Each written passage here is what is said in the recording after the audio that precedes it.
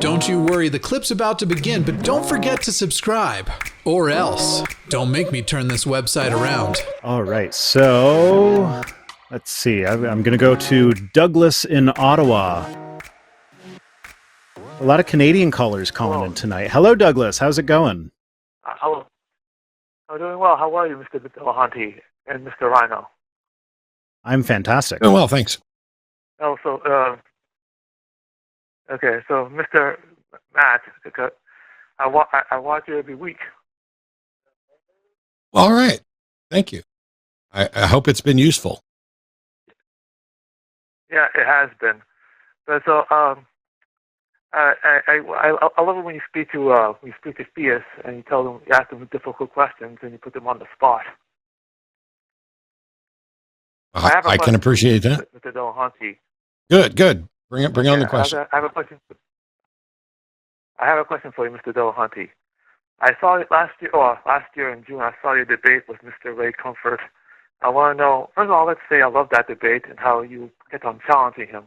And he kept on repeating the same thing over and over again, and he wouldn't change his position.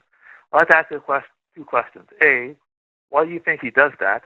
And B, does that make you frustrated when you talk to him with people like that they won't change their position, no matter how much truth you tell them? Well, yeah, thanks for that. What I will say is that most of the time in debates, I don't anticipate that my opponent's going to change their mind in the course of the debate. I'm not doing it necessarily to change their mind, although that has happened. Exactly one time in one debate, after the openings were over, my opponent just said they agreed with me, and we went on to have a different conversation. But that's not likely. Why do I think Ray does it? Because I think Ray is sincere that he believes in his God, and he believes he has good reason. He doesn't debate. He refuses to debate. As a matter of fact, the first time that we were going to debate, he just flatly said, hey, don't have any interest in debating or proving that God exists. I just love Matt and I don't want him to go to hell. And so I thought maybe the second time, since somebody else was putting it together, maybe he'd debate, but he didn't really debate. He just preached. And then he put up a video of the entire debate without him in it at all. So basically the video just stays on my camera so you can see me as Ray's talking and answering questions. It was just, everything about it was weird. And I don't dislike Ray. I'm not I mean, he loves me, and that's good because I don't even really like him all that much, but I don't dislike the man. I think he's being honest and that he's honestly confused. Now, I also know that he lies about some stuff too, but that's true for everybody. You talking about his hair color? His hair color, I think. I have a question for both of you. Good. Bring it on. Thanks, Douglas. Okay, so I have a question for both. I have a question for both of you.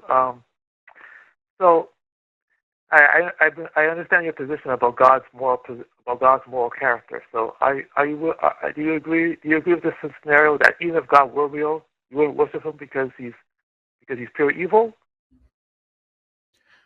I can't don't know that I would honestly answer that, because I'm like, if the Christian God of the Bible were to be shown to exist somehow, I might be like persuaded into acting like I'm worshiping him out of fear, but I wouldn't be able to feel love. Like, I want to be able to say that, like, oh no, I would say he can just send me to hell and I'll just be done with it. But if I'm honest with myself, I can't say that I would do that for sure.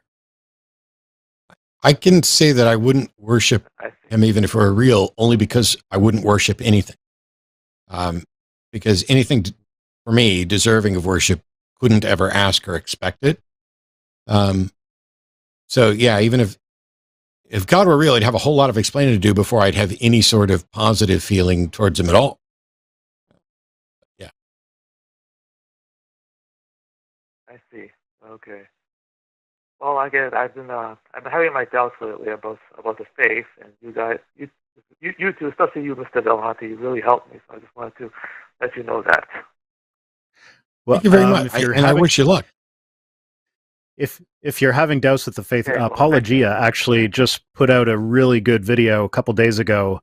It was how to stop being a Christian in 2021. Is a bit of a provocative title, but it kind of concisely lays out some of the problems with some of the theistic arguments for God, and it goes into a bit of comforting things at the end, where it's like, okay, yeah, you might still be scared of hell, but eventually that will fade. You just gotta not. I don't know. It's hard to explain, but it's a really good video if you go check it out. Well, I just want to know the truth, one way or the other. That's all I want. I just want to know the truth. Absolutely. Keep on asking questions and don't give in until you've got really good reasons. Thank you so much for your call. You have yourself a wonderful evening. Hey, thanks for checking out this clip for The Line. While you're here, hit that like button, hit subscribe, turn on notifications, and then share this with that bitter uncle of yours who loves talking about the good old days.